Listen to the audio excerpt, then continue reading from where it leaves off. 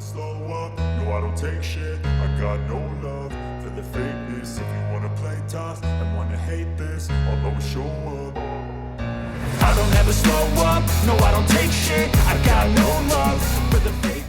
Sustained by China's continued love for traditional four-door cocktail lounge versions, Cadillac's very successful nameplate was the CT5. Even in the house in America, where distributions increased 9%, the CT5 jumped no less than 17%, and the company also signed up record sales for the V-Series and Blackwing designs. Obviously, it likewise had the best lyric deliveries given that the EV's launch. Because of this, it is not a surprise that Cadillac incorporates the Promote More EVs, Lyric and Celestiq, plus the upcoming Escalade Intelligence, Optic, and Vistic, with some additional love for the automobile roster.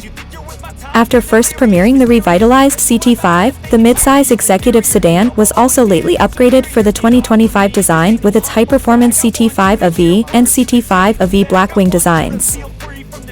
The two efficiency cars debuted at the Rolex 24 at Daytona race on January 27th and 28th, where the 2025 CT5 V Blackwing functioned as the official security car, and both will certainly be produced at GM's Lansing Grand River Assembly Facility in Michigan beginning this summer.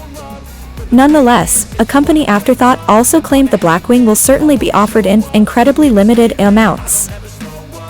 The updates consist of a new visage, quad trapezoidal exhaust tips, 3 brand new colors, Drift Metallic, Deep Space Metallic, Typhoon Metallic, an updated carbon fiber package for the Blackwing, plus a massive 33-inch LED touchscreen show inside, redesigned AC controls, and a lot more. There were no modifications to the powertrains, however, so they still featured the 360 horsepower twin-turbo V6 or 668 horsepower 6.2-liter supercharged V8. Remarkably, this isn't a bad idea at all. Consider this.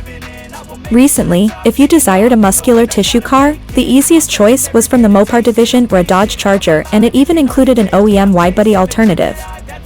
Yet the L-body Charger stopped manufacturing in December 2023, so if Cadillac were to offer these sort of wind-resistant improvements, it would promptly fill up a niche without needing to bother with any type of competition.